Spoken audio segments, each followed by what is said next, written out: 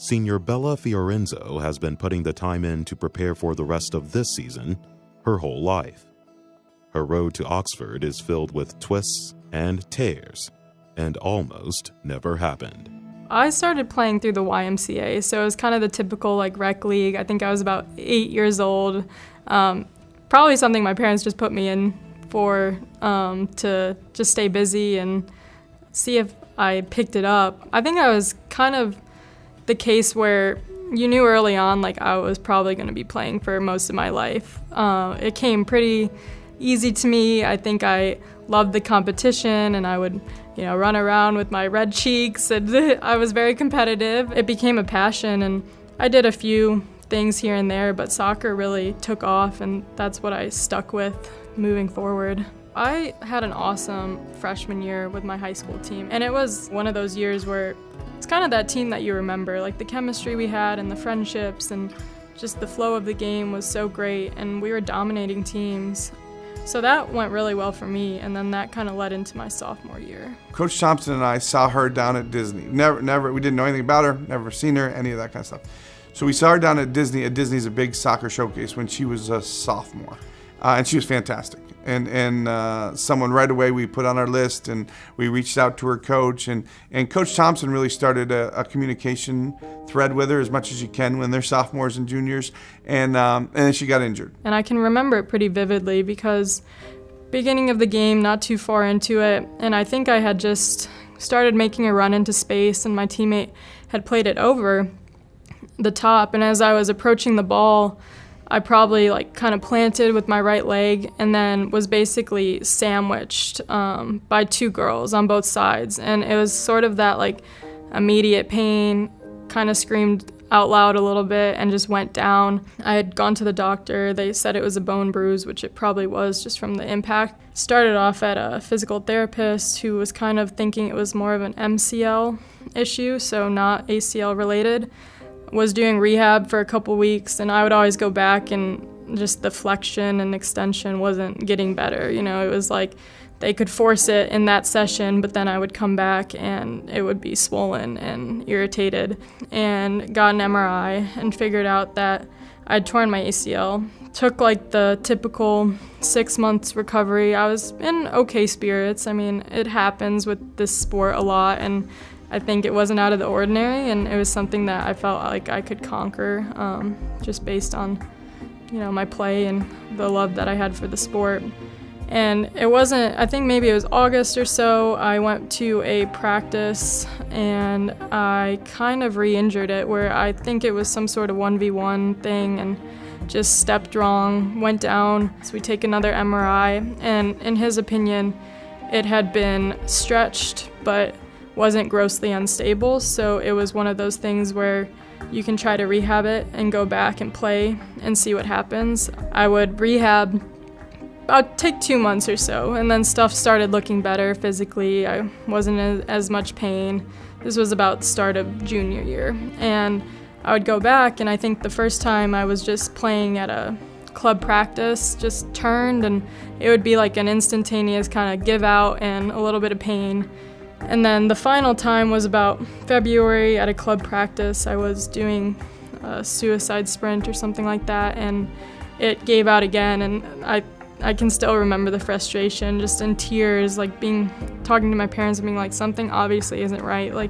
This should not be happening if if my ACL is intact, if everything's good. So ended up getting a second opinion, took the very same MRI that I had gotten 6 months previously to him, and his reading of it was that at that point I had a torn ACL. So obviously the frustrations kind of were pouring in and saying, I just wasted 6 months. I haven't been back on the field since middle of my sophomore year.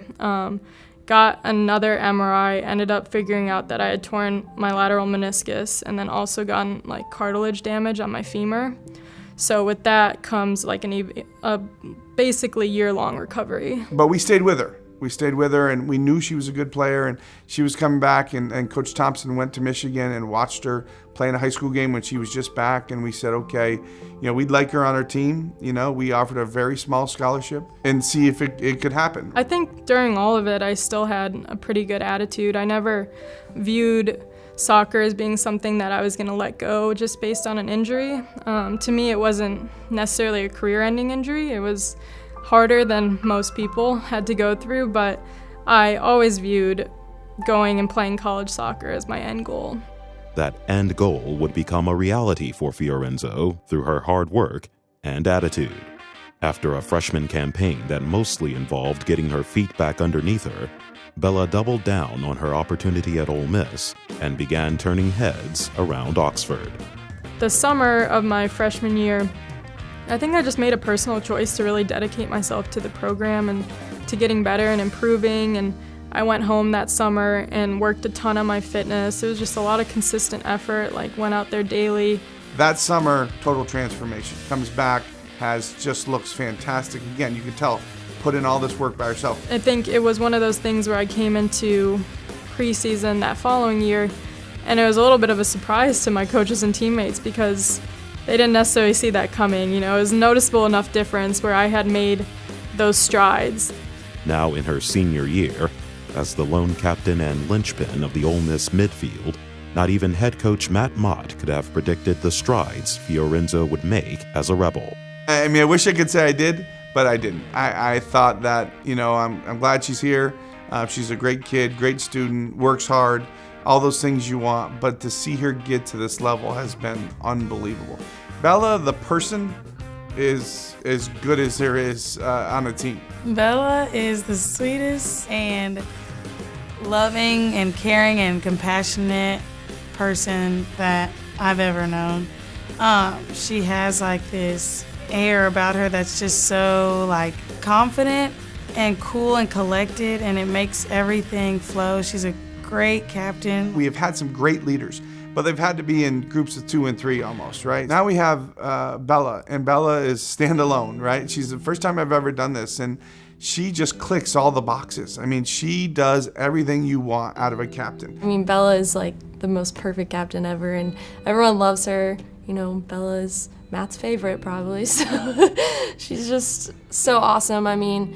She's one of the most positive people I know. She just holds herself very well, and so she just has perfect attributes of what our team is. She just has been one of those people for me that I know that if I need to go have a tough conversation or if I need to just hang out and want to chill, that she's going to be that person that is there for me. Everybody respects her. They respect her work rate. They respect her dedication. But she's just somebody that you gravitate to, that the players understand what they're getting from her. They understand that she's got their back. She's done a great job of building these relationships with the young guys. And again, if we had a Mount Rushmore, she is smack dab in the middle. There's kind of a common theme going on that I've, taken away from this whole experience is that the coaches and the people here, I think, believed in me before I even believed in myself. And then also just pushing me as a player and as a leader and coming to me with this opportunity and truly giving me the confidence and saying, we think you can take on this role. I still find myself second guessing it, but I hope that I'm doing a good job and that I've earned it at least. She's just a special individual, and one I'm so glad she's an Ole Miss Rebel.